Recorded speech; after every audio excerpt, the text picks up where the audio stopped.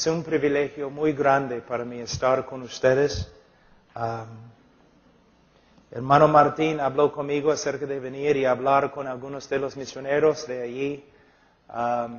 Creo que abrimos las reuniones para otros y tenemos algunas personas aquí hoy día y estamos seguros que todo está conforme a la voluntad de Dios, conforme a la voluntad de Dios. La semana pasada nosotros estuvimos en la selva, en como 3 horas de Tarapoto, un lugar que se llama Tarapoto, y creo que todos los hombres que estaban conmigo se enfermaron, entonces creo que no somos muy espirituales. Pero Dios obró grandemente entre los hermanos y había personas de varios lugares, algunas personas habían caminado como 12 horas, 15 horas para llegar, para escuchar el Evangelio. Hoy día, de lo que entiendo en esta conferencia, se va a hablar de la gracia soberana, el poder de Dios en la salvación del hombre. En el día de hoy hay un problema. No estoy diciendo eso porque soy profeta o porque sé más que los demás. Pero hay un principio bíblico que cuando estudiamos el Nuevo Testamento debemos hacerlo en el contexto de toda la Biblia. También hay un principio de la hermenéutica. La hermenéutica es simplemente el estudio de cómo estudiar la Biblia. Y el principio importante que se aplica aquí en el día de hoy es siempre debemos hacer nuestra teología en el contexto de la Iglesia. ¿Qué significa? Cuando interpretamos la Biblia, ¿no? Tenemos que someternos a la gramática de la Biblia. Algunas personas, una vez un hombre entró en mi oficina, me dijo, empezó a hablar conmigo acerca de Juan 1:1, como en el principio era el verbo, y el verbo era con Dios, el verbo era Dios. Y él me dijo, en griego, pastor, el verbo proviene de la palabra rema. Yo le dije, no. Y abrí mi Nuevo Testamento en griego y le dije, mira, la palabra verbo proviene de la palabra griega logos. Y él dijo, no me importa lo que me digas porque el Señor me ha dicho en un sueño. Entonces tenemos que someternos a la gramática de las Escrituras. Pero a la vez tenemos que aprender de la historia. Cuando interpretamos un texto, debemos comparar nuestra interpretación con las interpretaciones de otros, no solamente en nuestra cultura, sino debemos comparar nuestras interpretaciones con las interpretaciones de los demás hermanos a través de la historia de la Iglesia. Si todos están de acuerdo, pero no están de acuerdo con nosotros, probablemente nosotros nos hemos equivocado. Bueno, en el día de hoy vemos algo muy importante. El Evangelio moderno que se predica, y mayormente el Evangelio que ha venido de los Estados Unidos, no está de acuerdo con el Evangelio de la historia de la Iglesia. Hay grandes problemas. En los últimos 100 años podemos ver grandes cambios. El Evangelio glorioso de nuestro Señor Jesucristo ha sido reducido a 4 leyes espirituales, o 5 cosas que Dios quiere que sepas. Hemos reducido el Evangelio a un rito. Les voy a dar un ejemplo. Nos acercamos a una persona y decimos, Señor, la Biblia dice que eres pecador. ¿Sabes que eres pecador? Si la persona dice sí, entonces, la próxima pregunta, ¿quieres ir al cielo? Si la persona dice sí, quiero ir al cielo, entonces la próxima pregunta, entonces, ¿quieres orar para pedir a Cristo que entre en tu corazón? Si la persona dice sí, entonces oramos con Él. Y después de la oración, preguntamos, ¿te salvó Dios? Si la persona dice, bueno, no estoy seguro, entonces decimos, por supuesto te salvó, porque Él prometió salvarte. Hemos reducido el Evangelio de Cristo a nada más que algunas preguntas superficiales. Y si una persona contesta bien, lo declaramos salvo. Pero no es el Evangelio. Primeramente, si tú dices a una persona, ¿sabes que eres pecador? Si dices sí, no significa nada. El diablo sabe que es pecador. ¿Te das cuenta? Pregunta al diablo. Él te va a decir, por supuesto soy pecador. El mejor pecador que hay. Entonces, simplemente preguntar a una persona si sabe si es pecador no significa mucho.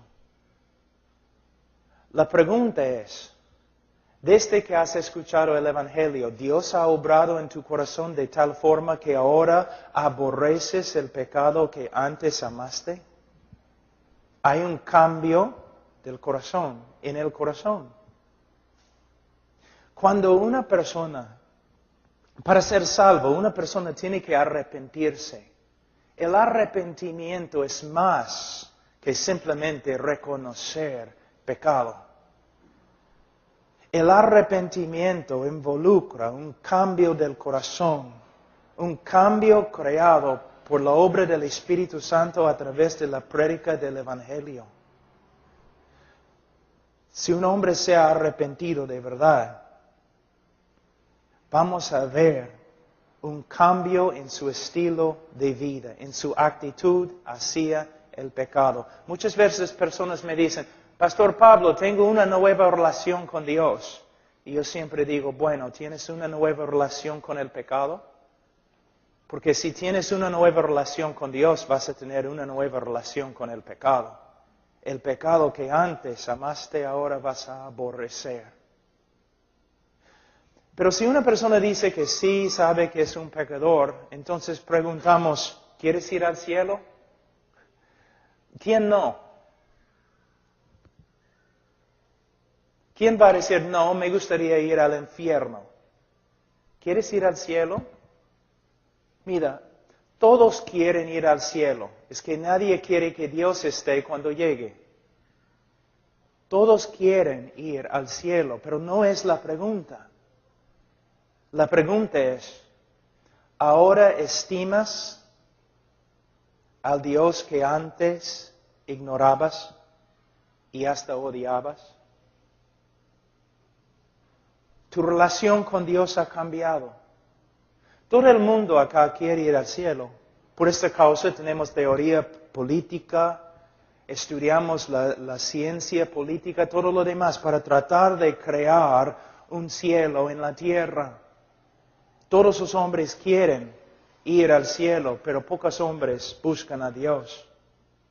Entonces la pregunta no es, ¿quieres ir al cielo? La pregunta es, ¿Dios ha obrado en tu corazón de tal forma que ahora puedes entender algo de su valor y tienes un nuevo deseo de buscarle? Si una persona dice que es pecador, y si una persona dice que sí quiere ir al cielo, mayormente en el evangelismo en el día de hoy preguntamos, ¿quieres orar para que Cristo entre en tu corazón? Bueno, hay un problema ahí, porque no hay ningún texto en la Biblia que sostiene una pregunta así. No hay, no existe. Vamos a Marcos un ratito. Esa es solamente una introducción, no es la prédica, pero quiero que vean el problema. Marcos 1, 15 o 14, vamos a decir. Después que Juan fue encarcelado, Jesús vino a Galilea predicando el evangelio del reino de Dios, diciendo, el tiempo se ha cumplido y el reino de Dios se ha acercado. Ahora, ¿quién quiere que yo entre en su corazón?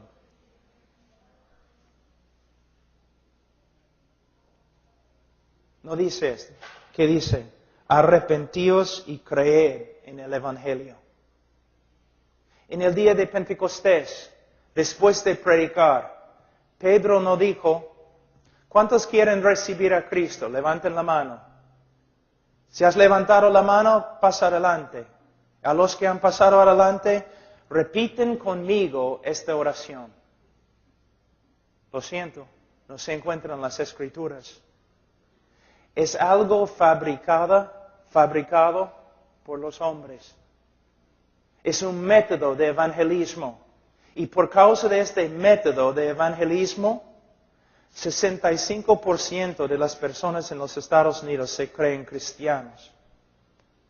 Cuando mayormente los teólogos dirían que entre los que confiesan a Cristo, menos que 10% de verdad son cristianos. Es como una fábrica produciendo creyentes falsos. ¿Por qué? El evangelismo que practicas, ¿dónde aprendiste tu método? De otra persona que practicaba el mismo método, de otra persona, de otra persona, de otra persona, pero no de las Escrituras.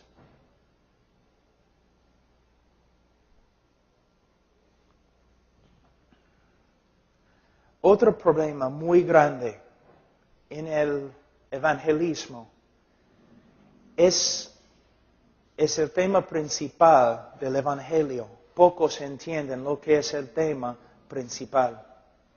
Mayormente decimos a las personas, Cristo murió.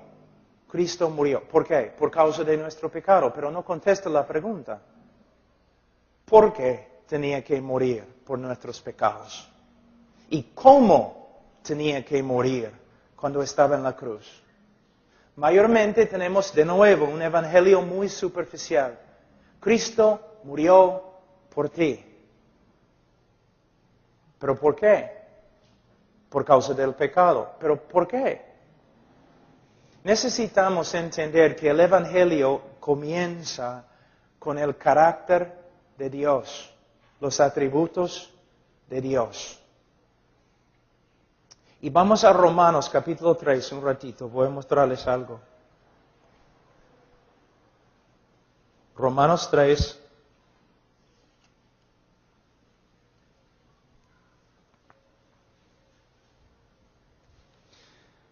En versículo 25, hablando de la persona de Jesucristo, las Escrituras dicen, a quien Dios puso como propiciación por medio de la fe en su sangre para manifestar su justicia a causa de haber pasado por alto en su paciencia los pecados pasados, con la mira de manifestar en este tiempo su justicia a fin de que Él sea el justo y el que justifica al que es de la fe de Jesús. Muchos teólogos han dicho que este texto es el texto más importante en toda la Biblia. Y de hecho, si no entiendes este texto, sería muy difícil predicar el Evangelio. ¿Qué está diciendo Pablo? Él habla de una palabra muy importante, propiciación. ¿Sabe lo que es?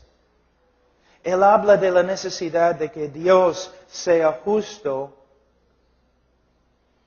y el que justifica al pecador. Aquí podemos ver la parte principal de lo que es el Evangelio. ¿Por qué Cristo tenía que morir y cómo tenía que morir? Primeramente, tienes que ver algo. Si Dios es justo, Él no puede perdonar. Si Dios es justo, Él no puede perdonar. Les doy un ejemplo, es un ejemplo que doy siempre. Vamos a decir que alguien ha matado a toda tu familia y tú capturas a la persona que ha asesinado a tu familia y lo lleves a la policía. Y la policía presenta al asesino al juez. Y el juez mira a la persona que ha matado a toda tu familia y dice, soy un juez lleno de amor, por eso te perdono. Te perdono.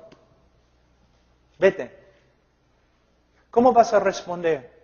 Tú vas a decir que el juez es más corrupto que los mismos criminales a los cuales él da libertad.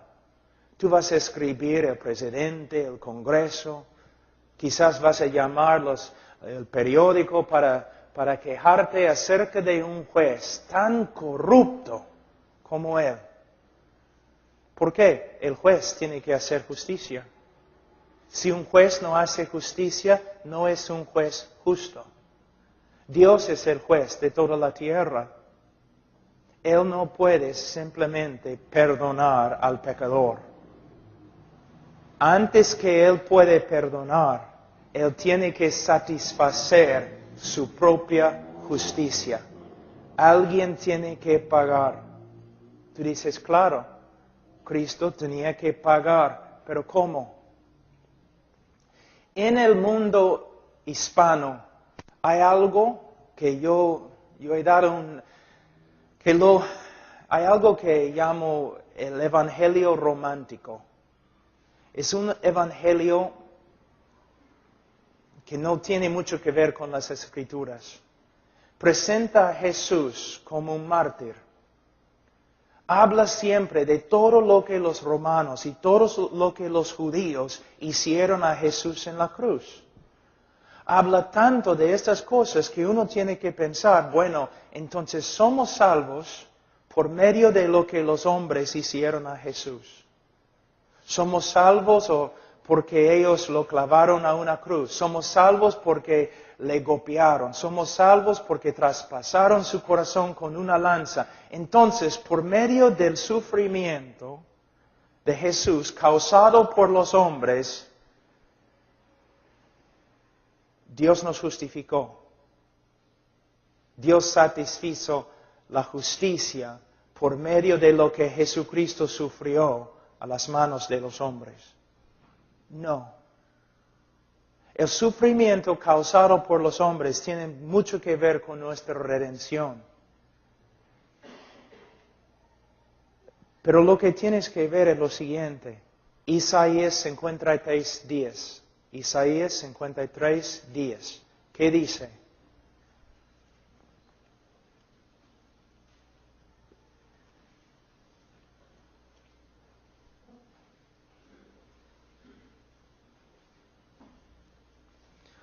Con todo eso, Jehová quiso quebrantarlos, sujetándole a padecimiento. Cuando Jesucristo estaba en la cruz, Él llevó nuestro pecado. Y toda la ira de Dios, todo el castigo de Dios, todo el aborrecimiento de Dios, justo aborrecimiento de Dios contra la maldad del hombre, cayó sobre su Hijo. Nosotros debemos morir separados de Dios y pasar toda la eternidad separados de Dios. En la cruz, Cristo llevó nuestro pecado fue imputado a Cristo. ¿Y qué clamó Cristo a Dios? Dios mío, ¿por qué me has desamparado? Entonces, una separación entre el Hijo y el Padre. Y toda la ira de Dios que debe caer sobre ti, cayó sobre el Hijo. Somos salvos, justificados, no principalmente por causa de lo que los romanos hicieron a Jesús en la cruz. Somos salvos por medio de lo que el Padre hizo a su propio Hijo en la cruz. Lo quebrantó. Una ilustración que quizás puede ayudarte es la historia de Abraham e Isaac.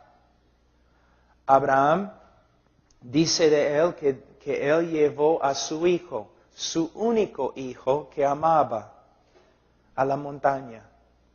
Y allí, según el decreto de Dios, iba a matarlo. Pero cuando Abraham no se sometió a la voluntad de Dios y estaba por matar a su hijo, un ángel clamó y dijo, no, Abraham, Dios va a proveer. Isaac, no, salió salvo. Tú dices, qué bonita historia, qué fin de la historia tan bonito, ¿no? Pero no es el fin de la historia. 2000 años después, Dios el Padre puso su mano sobre la frente de su hijo, agarró el cuchillo y mató a su propio hijo. Alguien tenía que morir bajo la ira de Dios para satisfacer la justicia de Dios.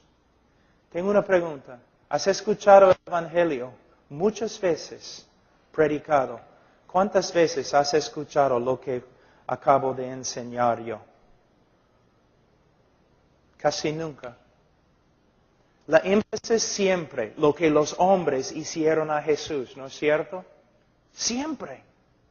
Mira lo que los hombres hicieron a Jesús. Durante la Semana Santa en las iglesias evangélicas, todos los pastores predicando acerca de qué? Acerca de lo que los hombres hicieron a Jesús. La corona, el látigo, la lanza, y casi nunca mencionan lo que de verdad nos salva. Alguien tenía que morir bajo la furia de Dios, su ira, su justicia, para satisfacer su justicia. Ahora puedes entender por qué el Evangelio tiene poco poder en el día de hoy, porque no estamos enseñando el Evangelio. Ahora, voy a pasar un poquito. Mañana voy a empezar con la depravidad humana, pero voy a pasar un poquito por este texto en Romanos 3. Yo sé que lo he predicado varias veces acá, pero hay personas nuevas y es necesario. Por cuanto todos pecaron, 3:23 de Romanos, por cuanto todos pecaron y están destituidos de la gloria de Dios. Los niños aprenden este texto, ¿no es cierto? Aprenden este texto en la escuela dominical. Pero ¿sabes lo que significa? Por cuanto todos pecaron.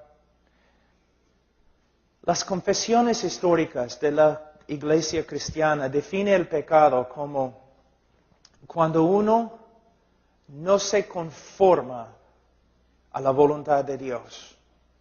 Cuando uno se extravía de la voluntad de Dios, es pecado. Pecado. En el día de hoy el pecado no significa mucho, porque mayormente los predicadores no predican con respecto al pecado. Rara vez se menciona, y cuando se menciona no se explica. Cuando estamos predicando el Evangelio de Cristo, tenemos que hablar mucho del pecado. Mucho. ¿Por qué?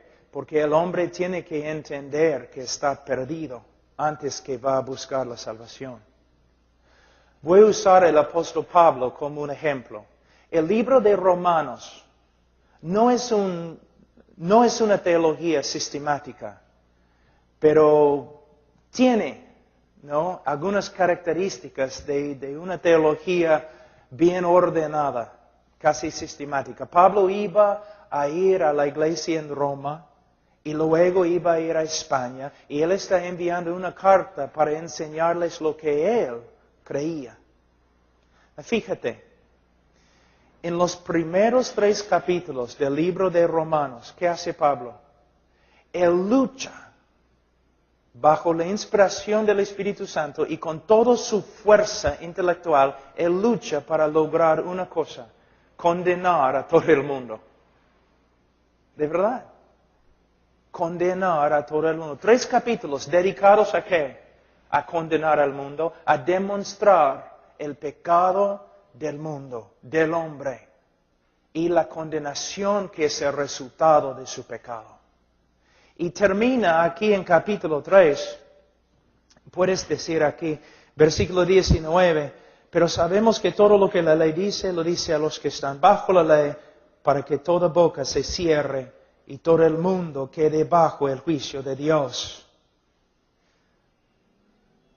No podemos tratar el pecado ligeramente como se hace en el día de hoy.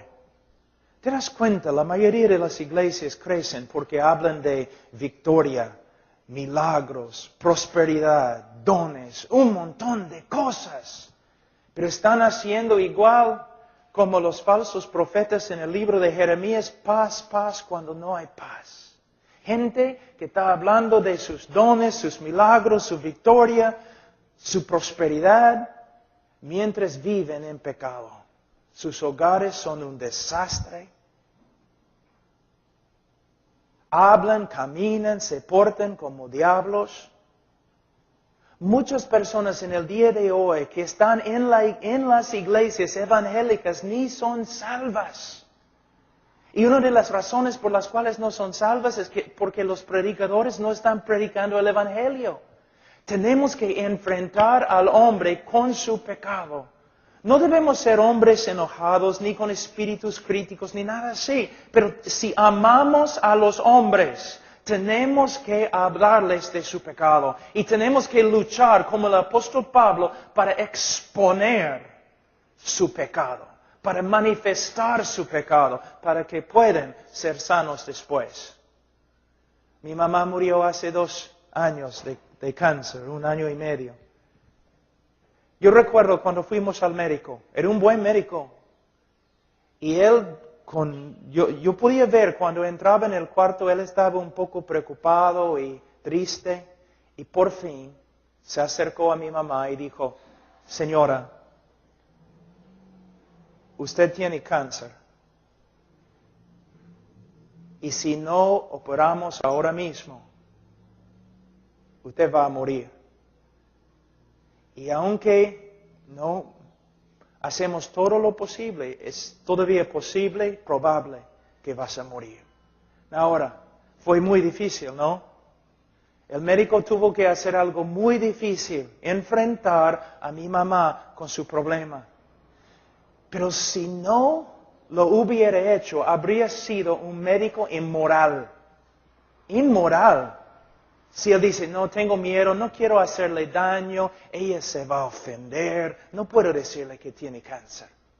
Bueno, si no vas a decirle que tiene cáncer, no puedes salvarla. De la misma forma, la vida cristiana en el día de hoy ha llegado a ser nada más que un circo. Las iglesias como un circo. Gritos, cantos, milagros, personas cayendo al suelo, un montón de cosas. ¿Dónde está el Evangelio? ¿Dónde está el Evangelio de Cristo? Pero aún en las iglesias bautistas, hablando de un montón de cosas, métodos de evangelizar, métodos de hacer misiones, un montón de cosas, pero no predicamos el Evangelio. Y el Evangelio que predicamos es una versión muy reducida que no tiene poder. ¿Qué debemos hacer? Debemos seguir el ejemplo del apóstol Pablo. Debemos usar las Escrituras para exponer, para manifestar el pecado de los que nos oyen. Pero también no solamente debemos hablar del pecado, pero debemos hablar de la solución, que es la gracia de Dios. La gracia de Dios. Que la salvación no es por medio de las obras, sino por medio de una obra de Dios, por medio de la gracia. En versículo 23 dice, por cuanto todos pecaron y están destituidos de la gloria de Dios, siendo justificados gratuitamente por su gracia. Gratuitamente. Todo el mundo en el día de hoy habla de la justificación. La religión siempre habla de cómo puede un hombre tener una relación con Dios. El judío dice, por medio de amar la ley, por medio de guardar la ley. El musulmán dice básicamente lo mismo con otro libro. El cristiano es totalmente diferente. Les voy a dar un ejemplo. Nos acercamos a un judío y decimos, Señor, si usted muriera ahora mismo, ¿dónde iría? Bueno, al cielo. ¿Por qué? Porque amo la ley de Jehová y soy buena gente. Yo guardo la ley, pues. Ya. Señor musulmán, si usted muriera ahora mismo, ¿dónde iría? Al cielo. ¿Cómo? ¿Por qué? Bueno, amo el Corán y guardo las leyes del Corán. Doy limosnas, visito a los lugares santos, voy a ir al cielo. Pero llegamos al cristiano. Cristiano, si murieras ahora, ¿dónde irías? Al cielo. ¿Por qué? Bueno, nací en pecado. He violado todas las leyes de Dios. y merezco el infierno. Y decimos, pero cristiano, un ratito. Los otros dos entiendo. Ellos dicen que deben ir al cielo porque son, merecen ir al cielo por medio de sus buenas obras. Pero tú me dices otra cosa. Tú me dices que vas a ir al cielo aunque merezcas al infierno. ¿Cómo puede ser? Y el cristiano responde, yo voy a ir al cielo basado en los méritos de otro, mi Señor Jesucristo. Pero una persona no puede aún empezar a apreciar la gracia a menos que entienda algo de su depravidad. Otra noche en la selva, estábamos allí en ceja de selva, entonces la parte alta de la selva. Y durante el día, calor, calor, calor. Y tú puedes mirar al cielo y no hay ninguna estrella, no puedes ver una estrella. ¿A dónde fueron las estrellas? ¿Se escondieron? ¿Por qué no podemos ver las estrellas? Pero en la noche sí, puedes ver las estrellas. ¿Por qué? Las estrellas, puedes verlas en la noche por causa de la oscuridad que rodea. Resplandecen. Más oscura sea la noche, más que podemos ver las estrellas de la misma forma. Por esta causa hablamos de la depravidad humana, hablamos del pecado específicamente y intentamos con las Escrituras condenar al mundo. Porque se puede ver la gracia de Dios cuando se contrasta con el pecado del hombre. ¿Por qué somos salvos? Los méritos de Cristo Jesús. Es nuestra gloria. Ahora, dice, siendo justificados gratuitamente por su gracia. Hay una profecía donde dice que iban a aborrecer o odiar al Mesías sin causa. Y se repite de nuevo en el Nuevo Testamento en griego. Que iban a odiar al Mesías sin causa. Nadie nunca tenía una razón de odiar a Jesús. Jesús nunca pecó contra nadie. Entonces, cuando lo odiaban sin causa. Es la misma palabra que se usa acá. La misma palabra. Siendo justificados sin causa. Nunca le hemos dado a Dios causa para que Él nos salve. Nunca. Sino al revés. Al revés. Pero Dios nos salvó, nos justificó sin causa, a pesar de lo que hemos hecho, por medio de los méritos de Jesucristo, quien murió en nuestro lugar. Ahora, dice aquí en versículo 25, a quien Dios puso como propiciación. ¿Sabe lo que es propiciación? Algunos dicen que es la palabra más importante en toda la Escritura. Propiciación. Se refiere a un sacrificio. Pero un sacrificio que satisface la justicia de Dios para que Él pueda perdonar al hombre sin ser injusto. Mira. Una vez yo escuché a un predicador que estaba diciendo lo siguiente. En vez de ser justo contigo, Dios demostró su amor. Suena bien, ¿no? Parece bien.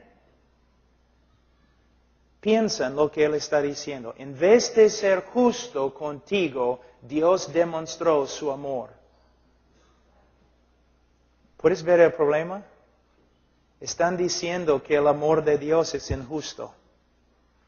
Dios pasó por alto la justicia para amarte. Dios no puede hacer eso.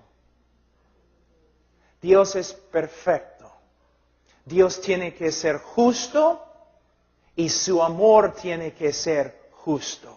Él tiene que hacer el justicia mientras ama. Y este es el problema y la razón por la cual necesitamos una propiciación. La Biblia dice en Proverbios 17:15, el que justifica al impío es una abominación ante Jehová. Escucha. Hemos leído en Romanos que Dios nos justificó aunque éramos impíos. Pero la Biblia dice, el que justifica al impío es una abominación. Entonces, ¿quiere decir que Dios es una abominación porque Él nos justificó y éramos impíos? ¿Ves? Ahí es el problema más grande. Es el centro del Evangelio. ¿Cómo puede Dios, como Pablo dice aquí en Romanos 3, cómo puede Dios ser justo y a la vez justificar al impío? Es el problema más grande de las Escrituras. Si Él es justo, tiene que condenar al impío. Pero si nos condena, no hay esperanza de salvación.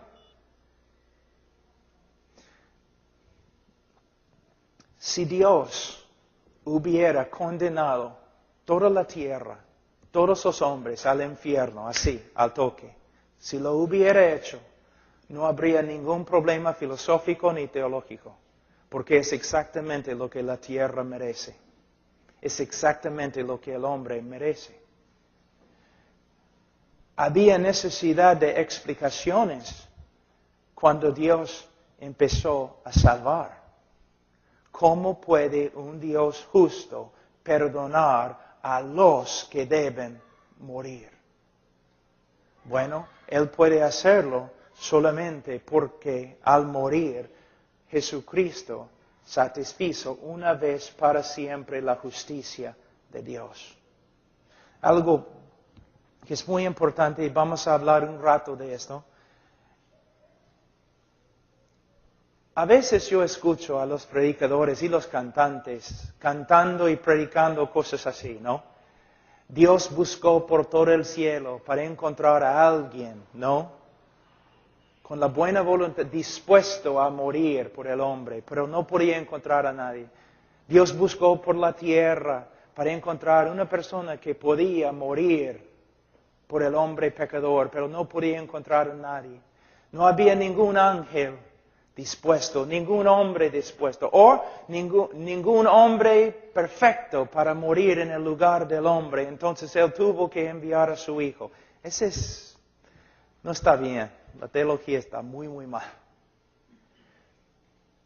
Un ángel perfecto no podría haber muerto por nuestros pecados. Y un hombre perfecto no podría haber muerto por nuestros pecados. El que murió en la cruz por nosotros tenía que ser hombre, porque el hombre ha pecado, el hombre tiene que morir. Pero el que murió en la cruz tenía que ser más que hombre, más que ángel. Él tenía que tener un valor infinito. Por eso Dios llegó a ser hombre. Y caminó sobre la tierra y vivió una vida perfecta. Y según el plan predestinado de Dios, Él fue clavado en una cruz. En la cruz Él llevó el pecado de su pueblo y llegó a ser una maldición ante su propio Padre. Mira, Gálatas capítulo 3, un ratito.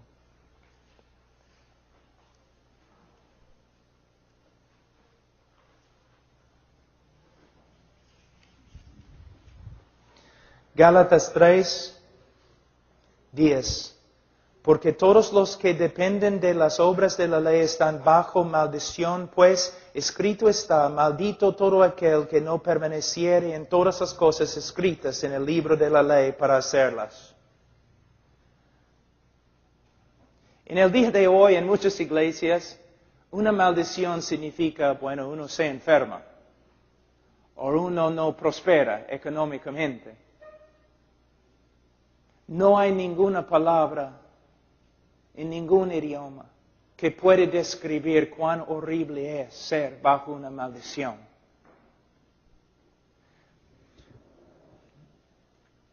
El hecho de que un hombre está bajo una maldición significa que ante Dios y ante todos los seres santos del cielo, el hombre pecador es tan horrible, es tanta una abominación,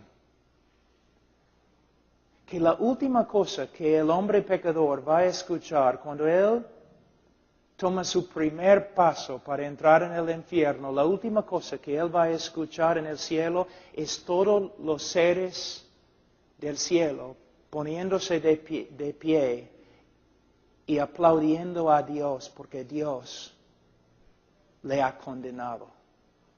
Así es el hombre. Así tan feo es el hombre.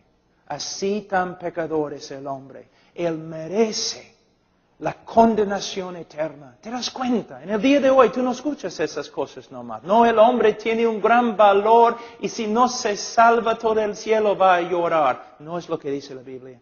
La Biblia dice que el hombre es un pecador depravado que merece el infierno. En el día de juicio, aún los hombres condenados van a pararse ante Dios y van a decir, el juez de toda la tierra ha hecho bien.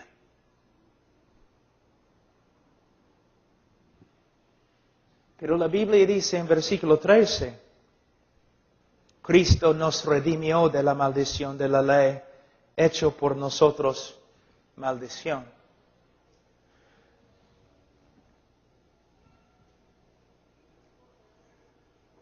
¿Sabe que yo tengo problemas cuando hablo en español?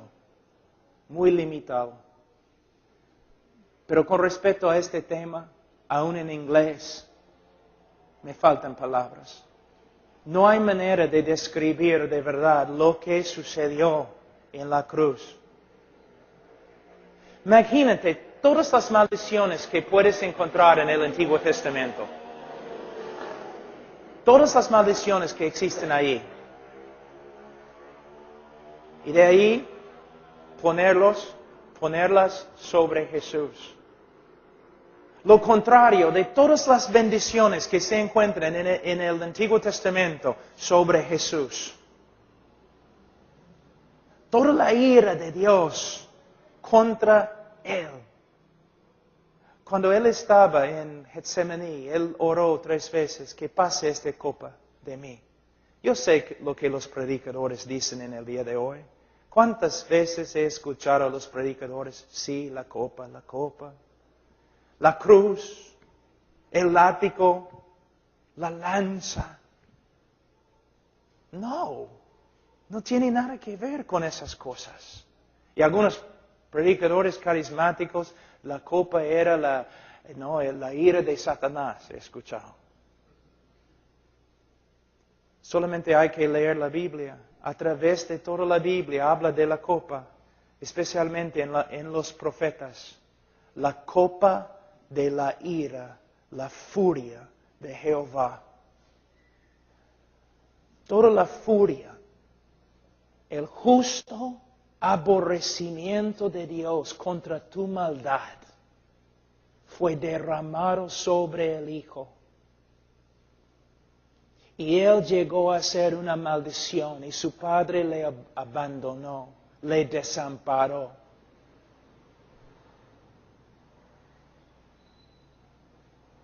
Por eso cuando dijo consumada es, habréis cancelado, pagado por completo, una vez para siempre. En la cruz, Él satisfizo la justicia de Dios, pagado. Y ahora Dios puede perdonar al impío y a la vez ser justo porque pagó por sus crímenes con la sangre de su propio Hijo. ¿Cuándo es la última vez que escuchaste estas cosas en una prédica en una iglesia? Cristo muriendo, aplastado, quebrantado bajo la ira de su Padre por causa de nuestra maldad. Ahora puedes ver que el Evangelio que se predica en el día de hoy, 4 leyes espirituales, 5 cosas que Dios quiere que sepas, prédicas superficiales, ahora puedes ver que no es el Evangelio. Es una reducción que no tiene nada de poder. Ahora, esta es una introducción. Vamos a enseñar esta semana, en esta pequeña conferencia, algunas cosas. Son cosas que siempre se encuentran en la historia de la iglesia. Vamos a hablar de lo que Dios ha hecho a través de la cruz del Calvario. Vamos a hablar de las verdades de la Reforma. Martín Lutero, Calvino, los puritanos, los bautistas, Jonathan Edwards, Jorge Whitfield, Jorge Mueller, Carlos Spurgeon. Todos los hombres, si tú vas a la librería, tú vas a leer acerca de todos esos hombres, como Dios los usó grandemente. Pero hay un problema, nadie habla de su teología. Todos hablan de cómo Dios los usó para cambiar al mundo. Pero casi no hay ningún libro acerca de lo que ellos creían. ¿Por qué? Porque lo que ellos creían contradice lo que predicamos en el día de hoy. Todos reconocen, por ejemplo, que Carlos Spurgeon, ¿no? Todos. El más grande predicador que ha vivido en la tierra desde los apóstoles. Pero ¿por qué no predicamos lo que él predicaba? Jonathan Edwards, teólogo quizás más grande desde, quién sabe, ¿no? Por lo menos él, Calvino, Lutero, los grandes, ¿qué creían? Una vez has pensado, porque no creían como nosotros en el día de hoy. Hudson Taylor, el famoso misionero a China, ¿qué creía? Porque tenía otro evangelio que nosotros en el día de hoy. Jorge Mueller, el grande hombre de la fe, ¿qué creía? Diferente que nosotros en el día de hoy, su evangelio era diferente. Lo que estoy diciendo es que si estamos aquí para enseñar cosas nuevas, no vale, no tiene ningún valor. Si un predicador te dice que tiene una revelación nueva, corre.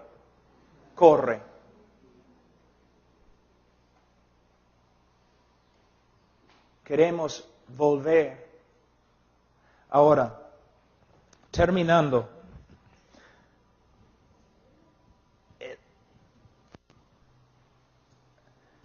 Hermanos, no estamos hablando de tenemos diferencias con respecto a los dones.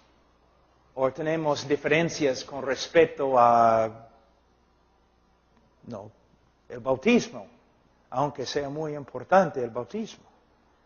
Lo que estamos diciendo es que en el día de hoy, los mismos evangélicos no están predicando el evangelio que se predicaba solamente hace 75 años atrás. Y por eso, mira, ¿no? Tienes tus campañas evangelísticas, ¿no es cierto? Un evangelista viene, cánticos y un montón de cosas, es un gran show y él predica y 100 personas reciben a Cristo durante la semana, pero domingo ninguno de ellos llega a la iglesia. ¿Por qué? Tenemos que cambiar nuestro método. Bueno, mejor decir, tenemos que cambiar nuestra teología. Tenemos que volver a las Escrituras. Vamos a hablar de la depravidad humana. ¿Por qué? Toda la batalla se gana o se pierde ahí. Tenemos que reconocer que el hombre está muerto espiritualmente y que él puede ser salvo solamente por medio de una obra sobrenatural del Espíritu Santo a través de la predicación del Evangelio.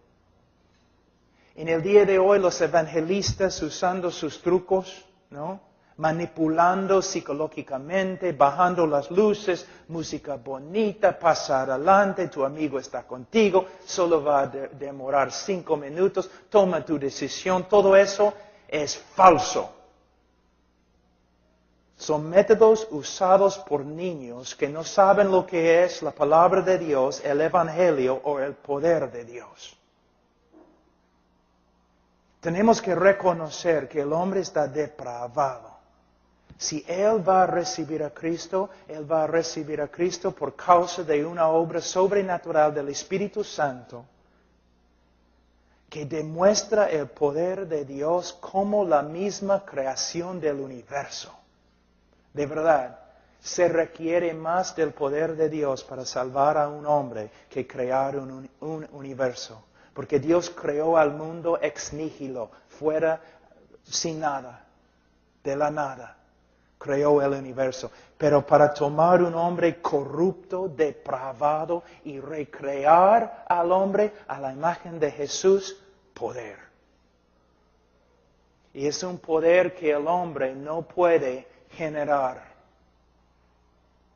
Lo que necesitamos en el día de hoy en Perú y en el mundo son hombres que no confían y mujeres que no confían en el brazo de la carne. Métodos.